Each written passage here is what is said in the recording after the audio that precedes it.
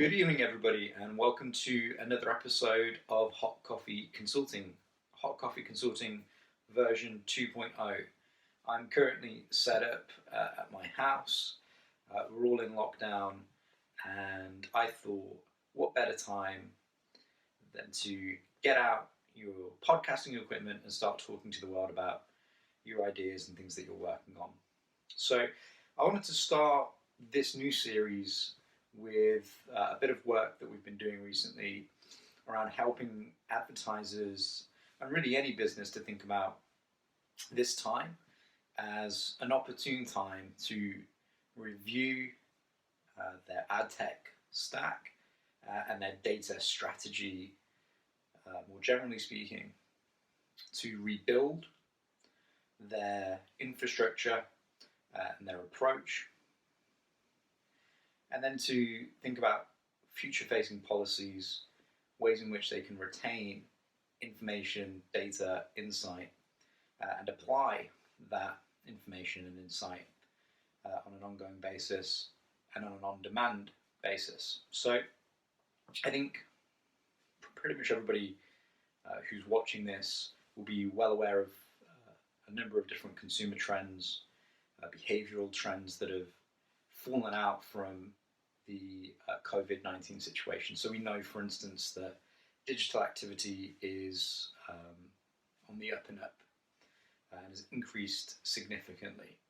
We know that the ways in which people are engaging with content and with media and with brands and products and services across devices and across the day has completely changed.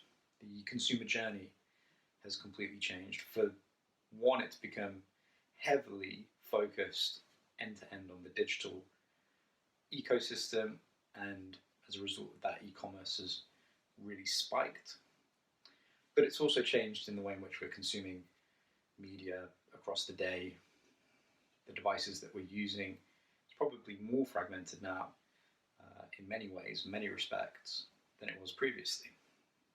So I think it's an incredibly important time to be able to collect data, to derive insight on that new consumer journey, on that new single customer view, and to think of ways in which that can be applied now in order to develop a platform to support recovery and to support future growth.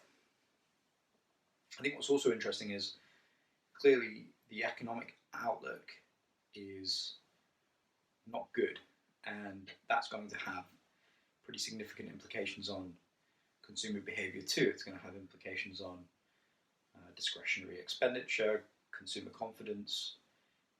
Brands, advertisers are going to have a more challenging time generating efficiency and generating return on investment from their marketing activity as time goes on and as the economic situation becomes increasingly challenging. That means that they need to be generating more efficiency, they need to be generating increased performance, which generally speaking means that they need better intelligence, better understanding of their existing and potential customers, and they need to be able to apply that in the correct ways, in the correct systems and platforms, to be able to generate systemic efficiencies, not just one-off examples of where one campaign is done particularly well or when one creative execution is done particularly well, but systemic across all of the different activity that they're developing. That generally means that they have a fundamentally different approach and are able to manifest the effectiveness of data-driven thinking through personalization at a very large scale. So I think all of these things combined create now a very good window of opportunity, a very clear window of opportunity for those that are interested and engaged in this topic to review their data and technology ecosystem, their infrastructure, and to set up for success. So we generally talk about a three-step approach. The first being review. Review what you have, review what it is that you're doing, and make sure that it's optimally established. Now, this tends to break down into some quite tactical things that you can do. So one of the things that you can look at doing is reviewing site performance, looking at your analytics deployment, reviewing the ways in which your content management platform is configured, making sure that everything is working as it should be, everything is working as effectively and as efficiently as it should be, that performance across the site is as high as it can be, that you're not risking data leakage, that you're maximizing your opportunity to collect consented, opted-in data sets, and that you're connecting data as effectively as you possibly can be. So one of the things that we recommend first and foremost is that brands and advertisers take this opportunity, which could be the perfect opportunity in the sense that a lot of media activity has been paused, has been postponed, has been down-weighted given the current situation, and some things that potentially in the past may not have been a priority, site performance reviews and those types of things, find themselves now higher in the list of things that people representing brands and advertisers should be looking at. So I think take a look at those things, evaluate them, make sure that they are set up optimally. Particularly, I think, a focus on privacy, on compliance, making sure that the content management platform that you have, if you have one, is set up and configured to the latest standards, Transparency and Consent Framework version 2.0 standards, ensuring that your privacy policies are up to date, ensuring that your cookie settings are up to date. All of these things, I think, are very valuable exercises, and I think now is a perfect time to be looking at those things.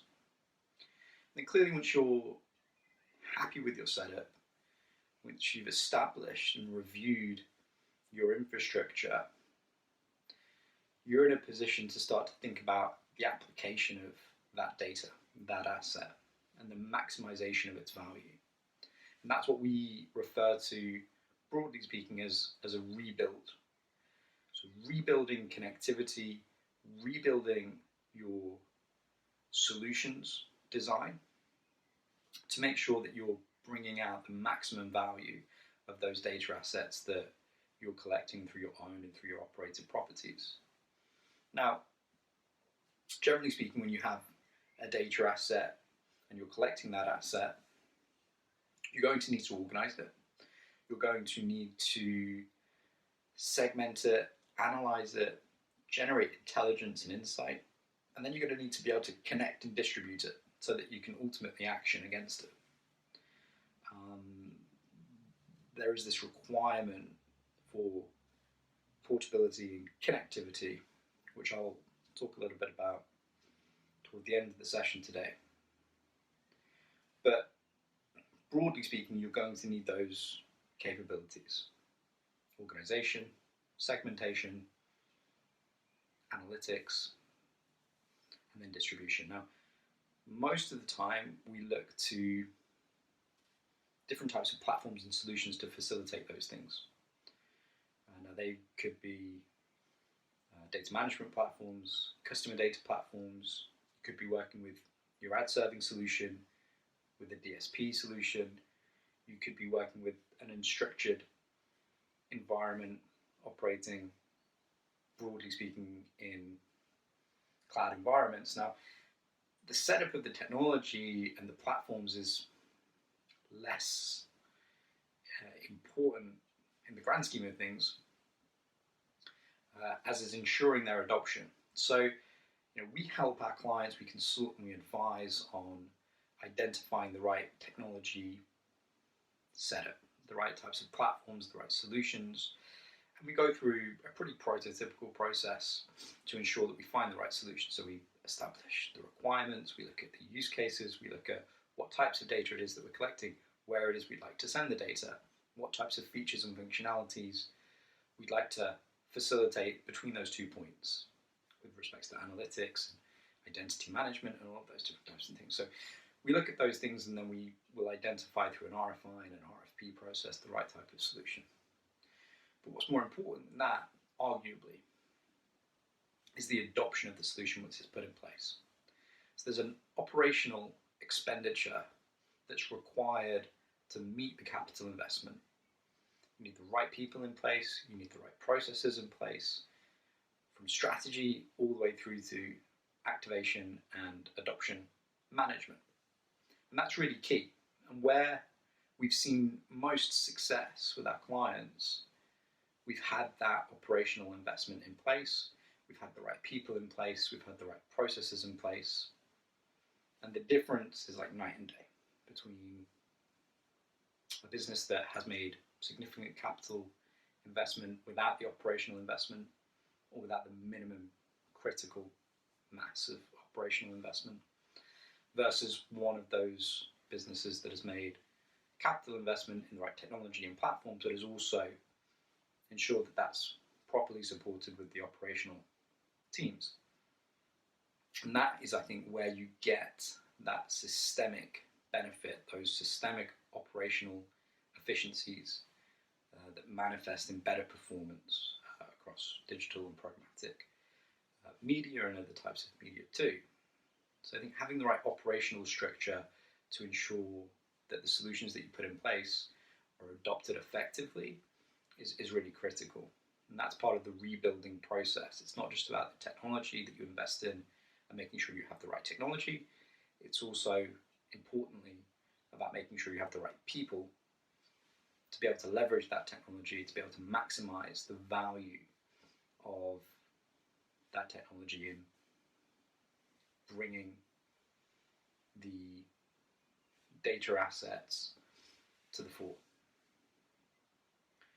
And then finally, what we've been talking about more and more, what seems to have been drawn into focus is identity management services, solutions, and broadly speaking, the ability to retain information and insight, and to have that information and insight in such a format as it can be as portable as possible.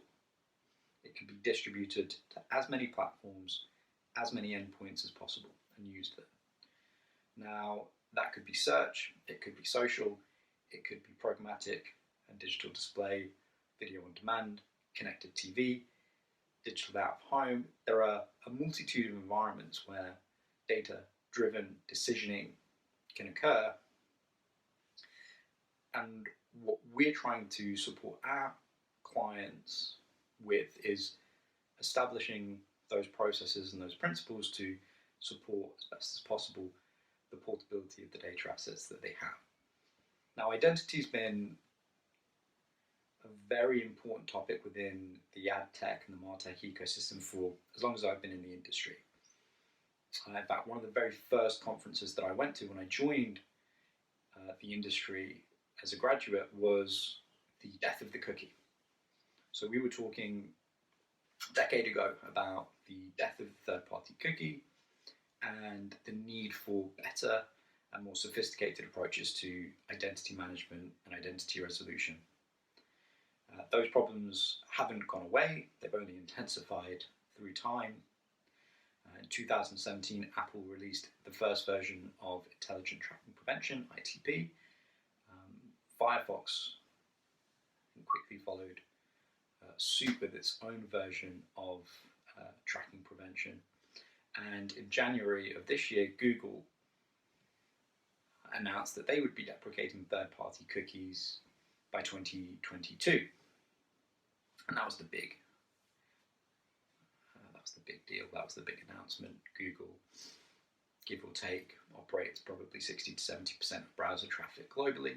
So that was the key piece. That was the domino that really, I think, set a lot of the discussion around identity in motion this year, and has really focused the mind. I think something else interestingly connected to COVID-19 just focus the mind around identity and retention is that out of nowhere, without warning, we entered an unprecedented situation within which most advertisers significantly pulled back their investment in media.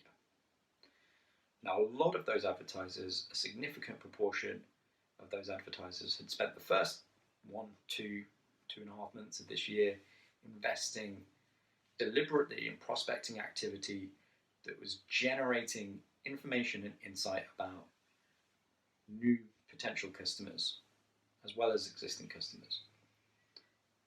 For a lot of those advertisers that weren't also investing in solutions that could help them to manage identity, solutions that could help them to resolve cookie-based identity into more persistent identity, mobile device ID, pseudonymized personal identifiable information, that investment has been almost certainly lost, if not significantly diminished, by the break, by the pause in service. When those advertisers come to relaunch their campaigns later on in the year, the vast majority of that data will be lost. But for those advertisers that invested in identity resolution solutions and were migrating, transposing their cookie-based data sets into those more persistent forms of identity, mobile ID, pseudonymized PII, they will have held on to a large proportion of that intelligence and insight, and will, as soon as we're back up and running, be able to activate that immediately. So they don't have to reinvest, they don't have to go through the time and the cost to rebuild that intelligence. They'll have it there on demand and be able to action it immediately. And as I was discussing before, they'll be able to action that across more environments because those different types of identity are more malleable. You can activate them within different channels more easily. So there really is a keen focus now on identity management and identity resolution that I think has been further brought into focus by the COVID-19 situation. And I think it's certainly worth looking at and actively investing in if you aren't already. So those are the three pillars to support our advertisers in understanding how data and technology can be applied within the current situation to support the development of a platform for recovery and for growth into the future. So it's review, rebuild, and retain. Thank you for joining this episode of Hot Coffee Consulting. I hope to bring you many other editions from right here at my house